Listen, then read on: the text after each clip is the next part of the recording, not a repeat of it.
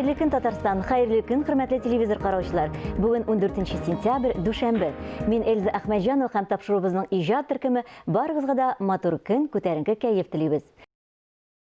Республикабызда чыга торган журналлар арасында Сабантуй һәм Салават күпре балалар журналлары иң күп тиражлар арасында.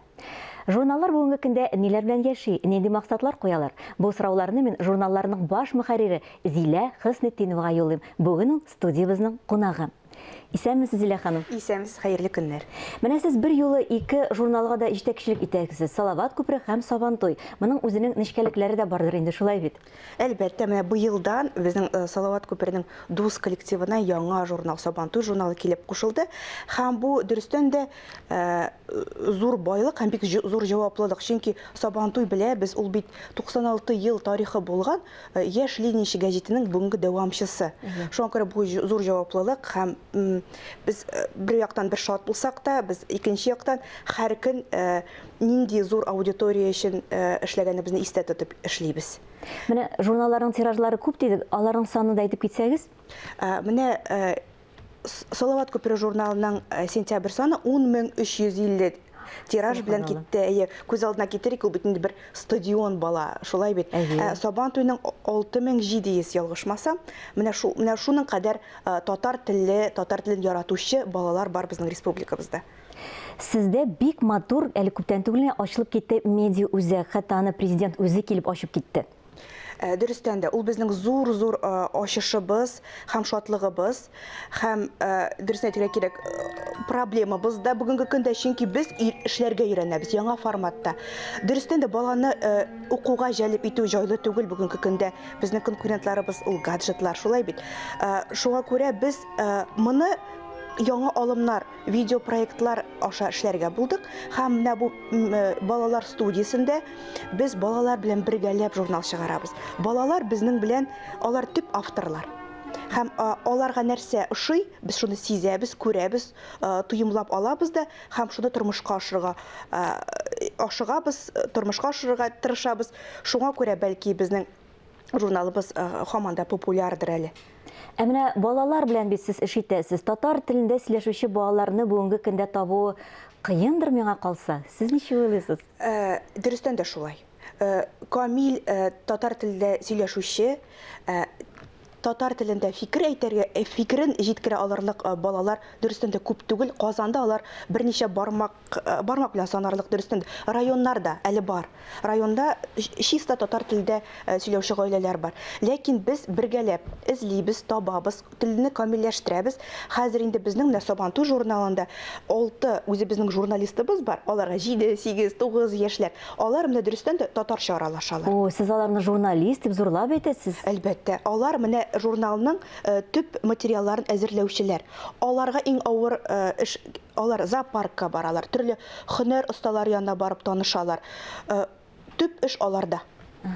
Шушы медиа үзәктә без дә кунакта булып кайткан идек. Әйдәгез бергәләп шуны карап китик әле. Әйдәгез.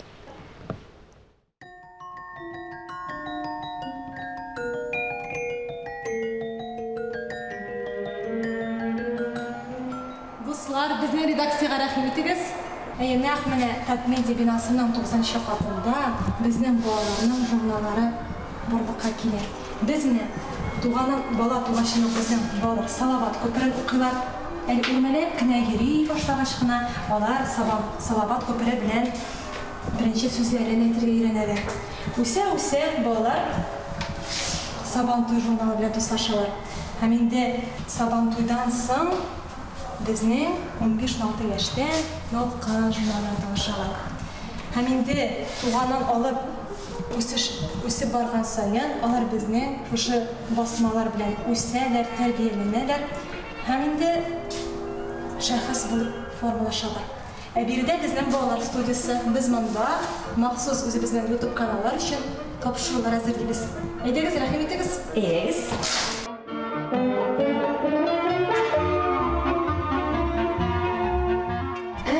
Dostlarım koya, buluşçularım, yardımcılarım, siz koya. Aha! Selam! Simanda kaçtın mı? Fotoda. Әйдәгез, отырабыз, достlar. Урыннарыгызны алыгыз, кем кая утыра? Син менә монда утыратыр, мин менә монда утырам. бергәләшеп.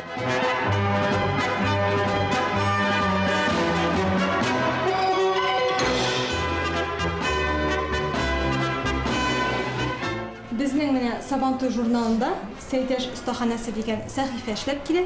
Хәзерге вакытта шушы студияда шушы сәхифәнең видеосы әзерләнә. Балалар Сәйдәш белән янчык ясыйлар һәм инде безнең киләсе саныбызда балалар аны Сәйдәш белән бергә ясарга өйрәнәчәк. QR-код ярдәмендә балалар телефонны шушы QR-кодка куеп, YouTube каналга кирип, үзләре дә карый алачаклар.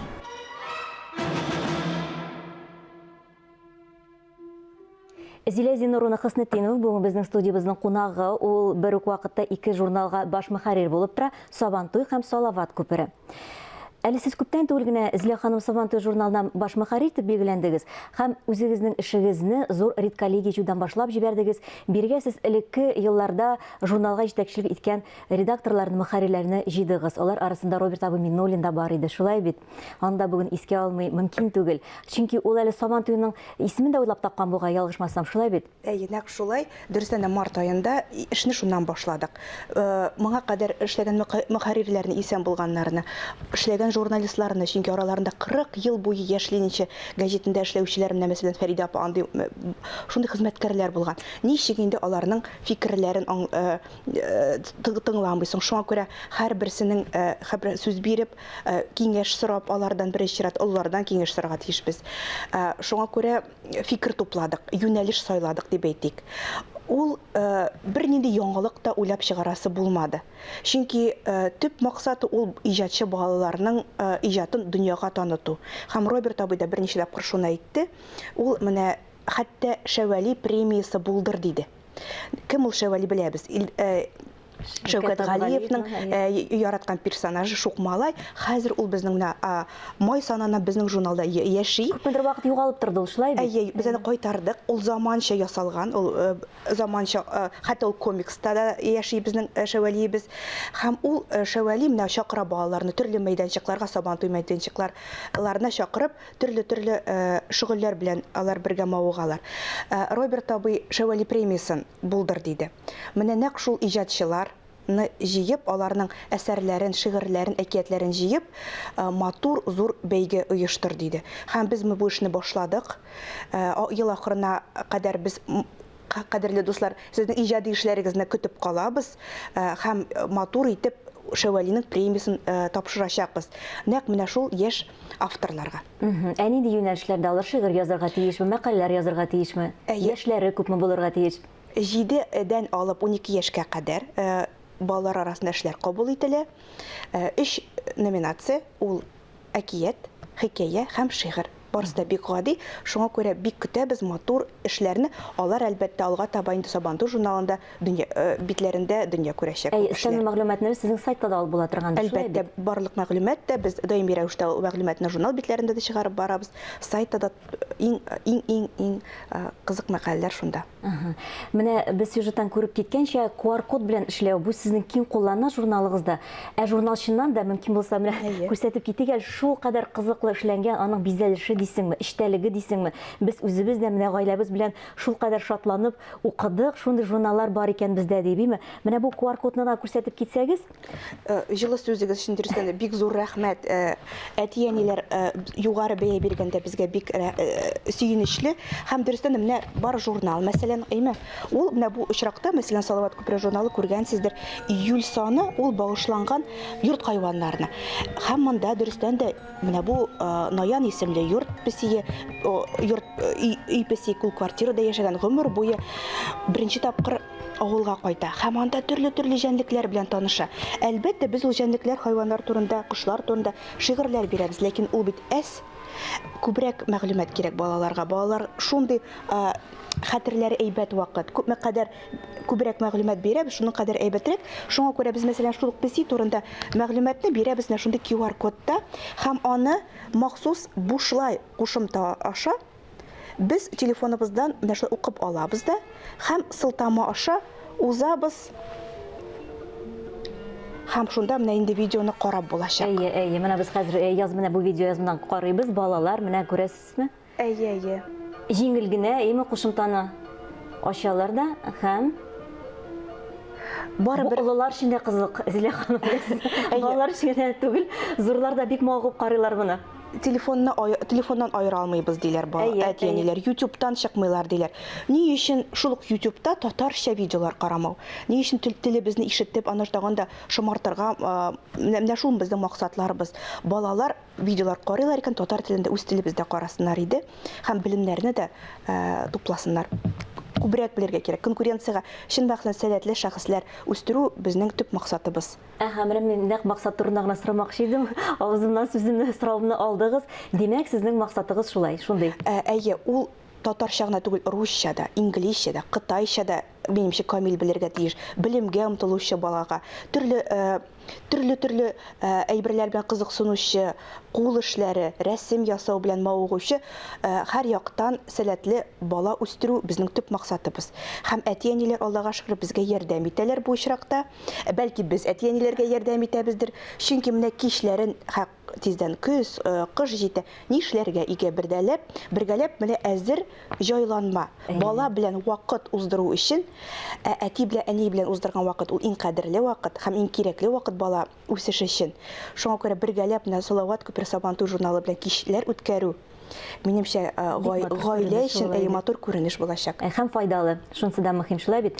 Менә төрле рубрикалар бар журналыгызда. Менә әлегә кадәр татар теленә багышланган рубриканы күрмәдем, мин генә күрмәдем. Әллә инде сез моның өстендә эшлисезме? Әйе, әз генә октябрь санынан ул булачак сүз бирәм. Нәкъ менә татар инглиз телен өйрәнү булачак, аерым бит. Ул татар теле аша инглиз телен өйрәнү. Без беләбез, ул телләр арасында фонетик яктан охшашлыклар бик күп. Һәм балага татар теле аша инглиз телен өйрәнү җайлырак. Һәм әлбәттә үзебезнең татар теле нидер авыр темалар бар. Мәктәптә аңлаешсызрак, бәлки күңелле түгелдер. Менә без нәкъ менә күңелле, мавыктыргыч, уенлы, шаяралу татар теле ягында. Үзенчәлекле методика булачак инде бу димәк. Әйе, махсус шулай видеолар булачак, методика булачак. Бу очракта менә нәкъ менә ярдәмлек булачак татар теле өйрәнүдә дә безнең журналыбыз алда бирсә. Һәм инде беләсезме, журнал шул исәптән һәрбер иҗади нәрсәнең камил булуы, уңышлы булуында команда тора. Шулай бит, сезнең фикердәшләрегез кемнәр алар? Кемнәр белән иҗат итәсез бүгенге көндә? Иң элек ул минем бик әйбәт бар җитәкчеләрем. Татмедианың бүгенге җитәкчеләрен, җитәкчене мактарга кирәгенгә түгел, чын мәгънәсендә алар милли җанлы, татар җанлы, бала җанлы җитәкчеләрем. Ул Айдар Сәйдгәрәевич һәм Шамил Мөхәммәтович аларга зур сәламнәремне җибәрәм. Чөнки менә студияны булдыруда аларның хезмәте. Һәм әлбәттә мин үзем бер нәрсә булдырмыйм. Минем коллективым, минем кызларым, алар чын мәгънәсендә эшләре өчен янып торалар. Көн сайын үзләре алдында торган җаваплылыкны сизеп, янып эшлиләр. Бездә битарафлар юк. Бу иң мөһиме шулай бит. Сез шатлык өләшәсез, һичшиксез белемебезне арттырасыз. Балаларга шул кадәр матур күңелле журналлар бүләк итәсез. Без сезгә бар тик уңышларны тәп калабыз. Һәм инде алдагы көннәрдә дә студиябызның кунагы булырга рәхим итегез. Чынлап сезне шундый зур дулкынлану белән, рәхмәт хисләре белән каршы алырга әзербез. Бик зур рәхмәт үзегезгә чакыруыгыз. Теләп килербез. Исән-сау булыгыз. Рәхмәт сезгә бик зур. Без дәвам итәбез. ГТО нормалары һәм физик күнегүләрнең файдасы турында табиб Илдус Лотфуллиннан ишетербез. Саумысыз рубрикасына күчәбез.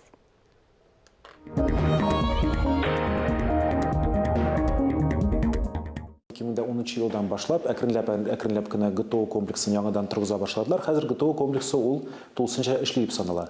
Монда да докторның үз роле бар. ГТО комплексына балага катнаша алу өчен рөхсәтне педиатрдан алырга кирәк. Педиатрдан яки терапевттан алырга кирәк. Анда айрым критерийлары бар. Әлбәттә, ГТО ул махсус бер нәрсә, ул җиңел хәвәскәр физкультура түгел. Анда һәр бала катнаша алмый, бары тик физик яктан бик көчле әзерләнгән бала гына катнашалар. Шуның өчен аның айрым критерийлары бар. Шулай ук спорт белән шөгыльләнә торган балаларга профессиональ спорт яки теге чынлап торып профессиональ булмаса да, хәвәскәр спорт булса да, чынлап торып көн сайын тренировкалар белән бәйле булган спорт булса, аның айрым критерийлары бар. Нинди обследованиялар үтәлергә тиеш. Мәсәлән, иң әзендә елга бер тапкыр ЭКГ ясатылырга тиеш андый балага. Ул бала вакыт педиатрга барып күренергә тиеш сәламәт вакытында. Авыргач та аны менә яңадан спортка кайтару алдына тагын бер тапкыр докторга күрсәтеп алырга кирәк. Ягъни нәрсә әйтергә телим, аның критерийлары эшләнгән, фәнни яктан ул алгоритмнар бар. Шуның өчен әти, әни, тренер һәм педиатр алар икесе бергә менә бу баланың спортка никадәр бирелгәнен билгеләргә тиеш. Ә болай тулысынча болай әйтсәк, спорт ул зарыл нәрсә түгел. Кайбер ата-аналар спорттан, психологиядан куркалар, бер дә дөрес түгел. Киресенчә, тенденция башка булырга тиеш. Без балаларны күбрәк спортив, күбрәк физик актив ясарга тиеш. Спорт бит ул сәламәтлекне түгел, ул бәхет тә әле. Менә шундый кызык фәнни эзләнмәләр бар. Спортка бирелгән кешеләр, алар күбрәк үзен бәхетле дип сизә. Ул да бик мөһим нәрсә бит. Кеше үзен бәхетле дип сизәргә тиеш.